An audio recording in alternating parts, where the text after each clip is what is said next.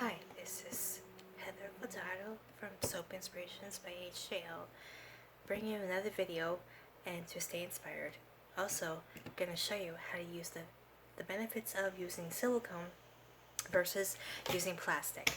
Stay tuned. Now, when you think of using molds, what comes to mind? I find it when I'm using a mold, the durability of it, how will it outlast the product, and how will it prove to be stand the test of time and make me a believer that the product will keep going and keep being durable to help me with my products. That's what I want to talk to you about. When I use plastic, I had a lot of trouble. At first it was fine, but then when I was using the soaps to melt them in a cup in a microwave, that is a microwave safe mug, of course, I used plastic. I drew trial and error. The first time I didn't spray anything into the plastic molds. The second time after that I did, but each time I was having trouble pushing the soaps out of the mold to make them come out. Now they say you can put them out in the freezer when they set, but if using high temperature soaps that come out of the microwave after cooling, and they're glycerin soaps no less, they will be harder to get out of the mold unless you spray something.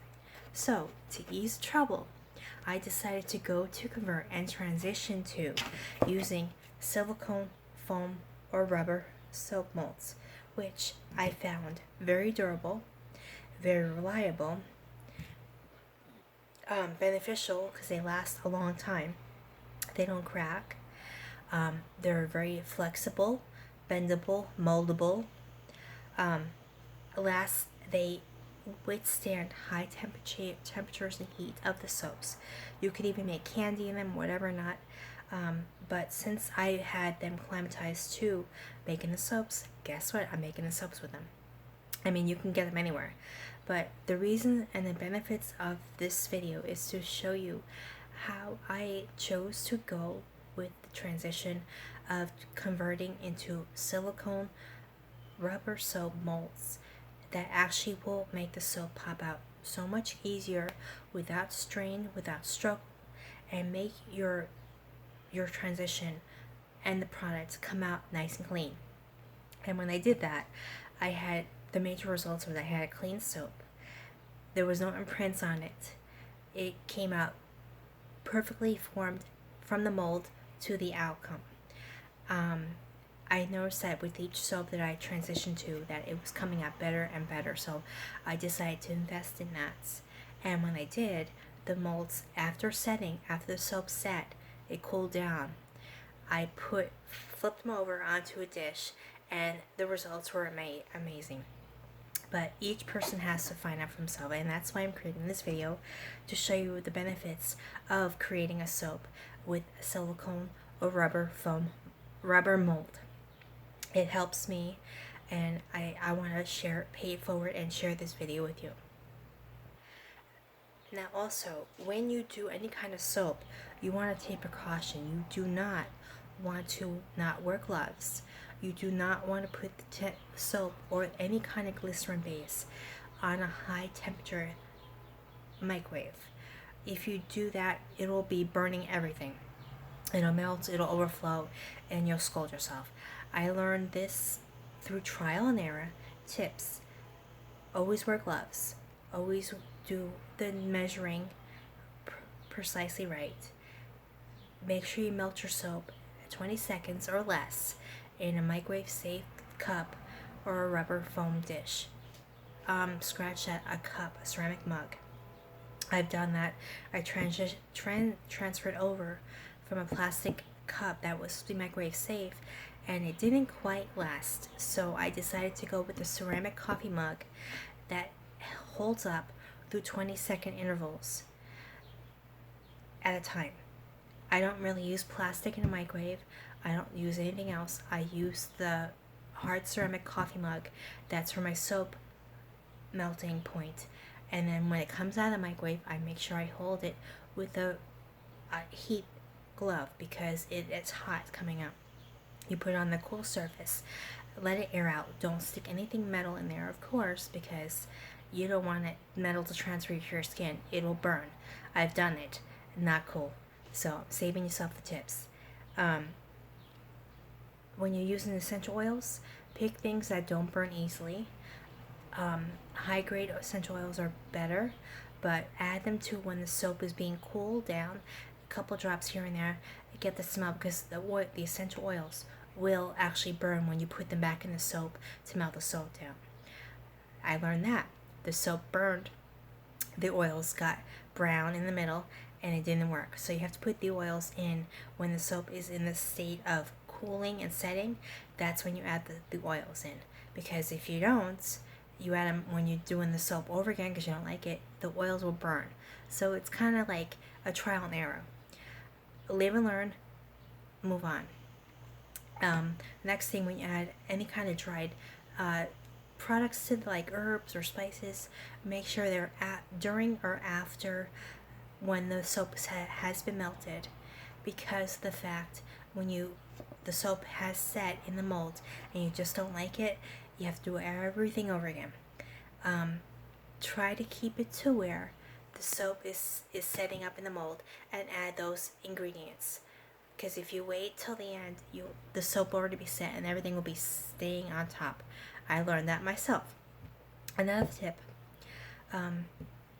don't try to overdo it. Don't try to force the creativity.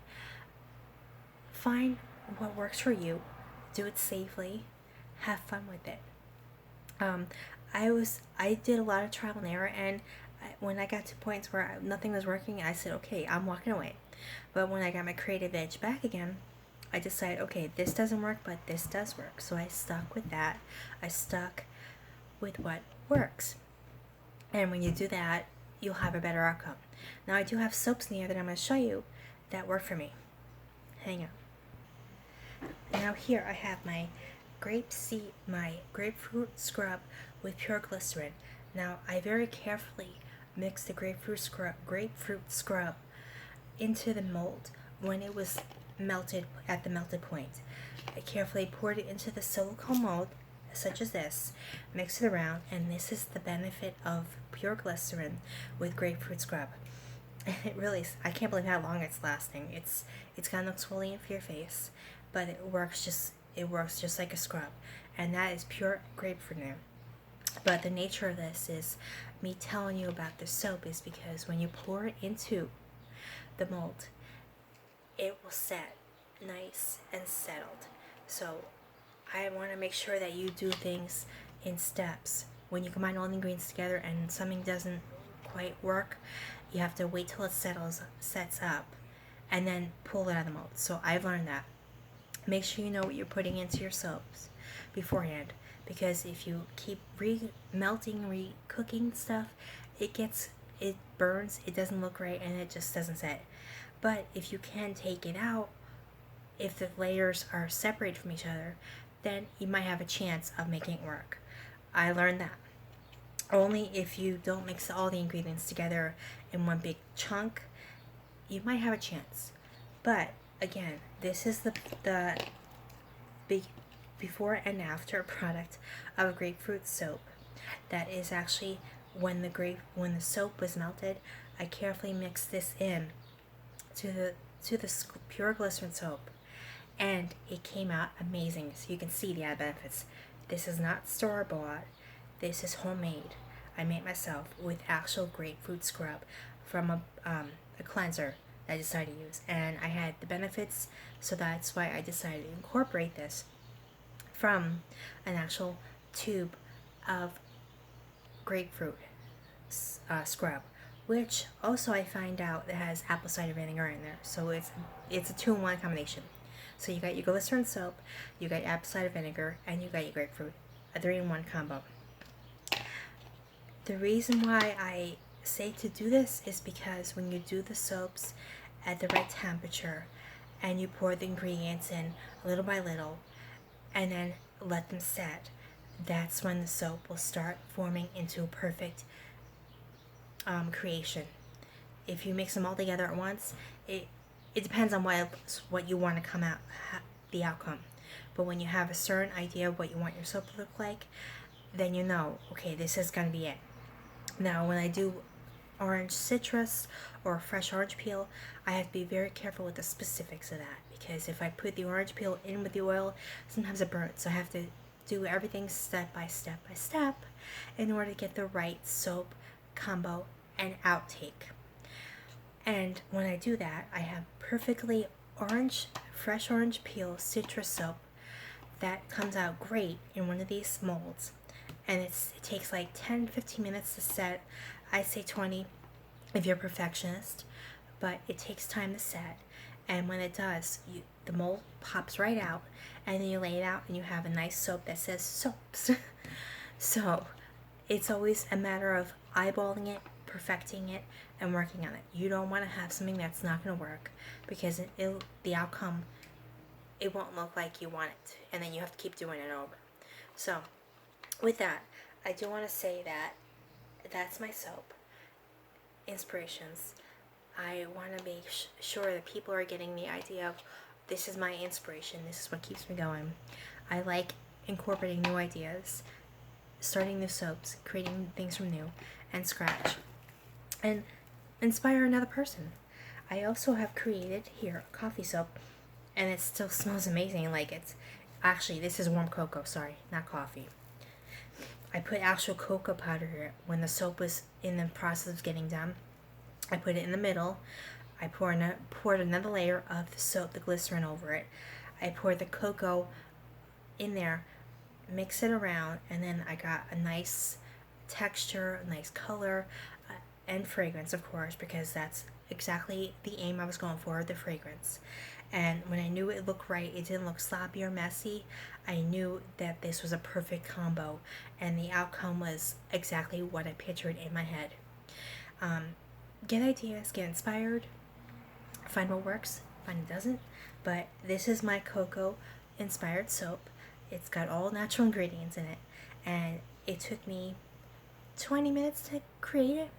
I used the step precautions and I did it. So that's that. If you want to make a citrus soap, you want to do it just like this.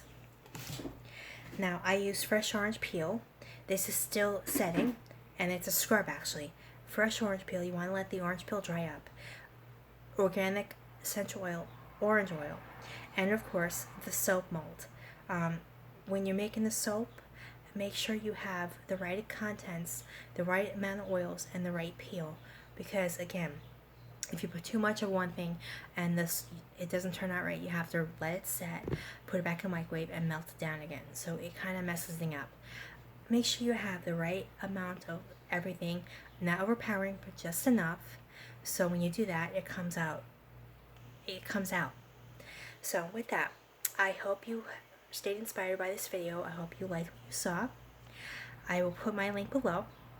I have to get going because I have another client coming in. But I hope this video has helped you to stay inspired, stay true, keep your inspiration going. And if you can click and like my video and share it and give me feedback, that'd be great. Till the next time, Soap Inspirations by H-Tail by Heather Lodato. Stay tuned and see you well. Be well, wash your hands, and use my soaps. Bye-bye.